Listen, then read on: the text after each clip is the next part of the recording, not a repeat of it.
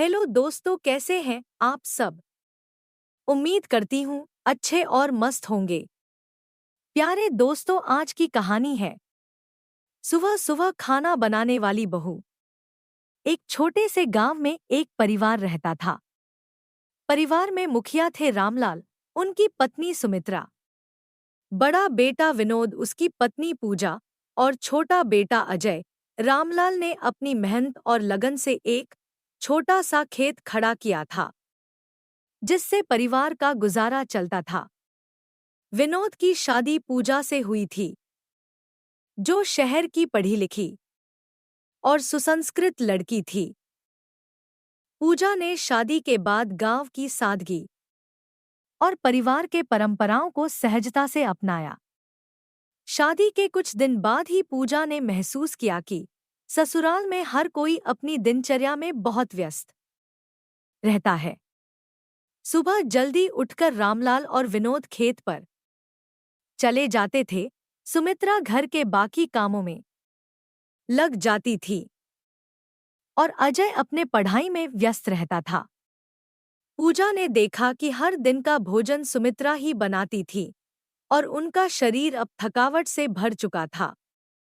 पूजा को लगा कि वह इस घर की बहू है और उसे सास की मदद करनी चाहिए। पूजा ने एक दिन सुमित्रा से कहा, मां जी, अब से मैं खाना बनाया करूंगी, आप थोड़ा आराम करें। सुमित्रा ने मुस्कुराते हुए कहा, बेटा, यह तुम्हारा घर है, लेकिन सुबह का खाना बनाना बहुत जल्दी का काम है। क्या तुम संभाल पाओगी? पूजा ने आत्मविश्वास से कहा, हाँ मां जी, मैं पूरी कोशिश करूंगी। अगले दिन पूजा ने सुबह 4 बजे उठने का निश्चय किया। उसने जल्दी से रसोई में जाकर सब्जियां काटनी शुरू की। वह सोच रही थी कि सास को कैसे स्वादिष्ट और पौष्टिक भोजन दिया जाए। पूजा ने अपनी मां से सीखी हुई रेसिपी आजमाई और सादगी से भरा नाश्ता तैयार किया। जब सबने खाना खाया तो हर कोई पूजा के बनाए खाने की तारीफ कर रहा था। विनोद ने हंसते हुए कहा, मां, अब तो आपका काम हल्का हो गया है। पूजा तो बहुत स्वादिष्ट खाना बनाती है। सुमित्रा ने पूजा की पीठ थपथपाते हुए कहा, तुमने मेरा दिल जीत लिया, बेटा। पूजा ने न केवल खाना बनाना शुरू किया, बल्कि परिवार की दिनचर्या में भी बदलाव लाने का प्रयास किया। उसने हर सदस्य के लिए एक डाइट प्लान तैयार किया ताकि वे स्वस्थ रहें। पूजा ने यह भी तय किया कि रोज सुबह वह कुछ घंटे घर के छोटे बच्चों को पढ़ाएगी। गांव के अन्य परिवारों ने भी पूजा की इस पहल को सराहा। धीरे धीरे पूजा का प्रभाव पूरे गांव पर दिखने लगा। उसने महिलाओं के लिए एक कढ़ाई और सिलाई का केंद्र खोला ताकि वे आत्मनिर्भर बन सकें।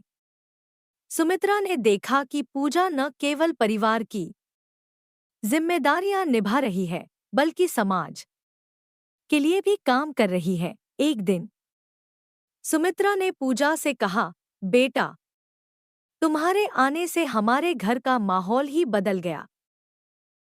तुमने जो स्नेह और मेहनत से सब कुछ संभाला है, वह काबिले तारीफ है। पूजा ने जवाब दिया, मां जी, यह सब मैंने आपसे ही सीखा है। आपका प्रेम और आशीर्वाद ही मेरी ताकत है। पूजा की मेहनत और स्नेह ने पूरे गांव को एक नई दिशा दी। उसने सिखाया कि छोटे छोटे बदलाव बड़े परिणाम ला सकते हैं। उसकी कहानी इस बात का सबूत थी कि यदि एक महिला ठान ले तो वह न केवल अपने परिवार बल्कि समाज को भी बदल सकती है।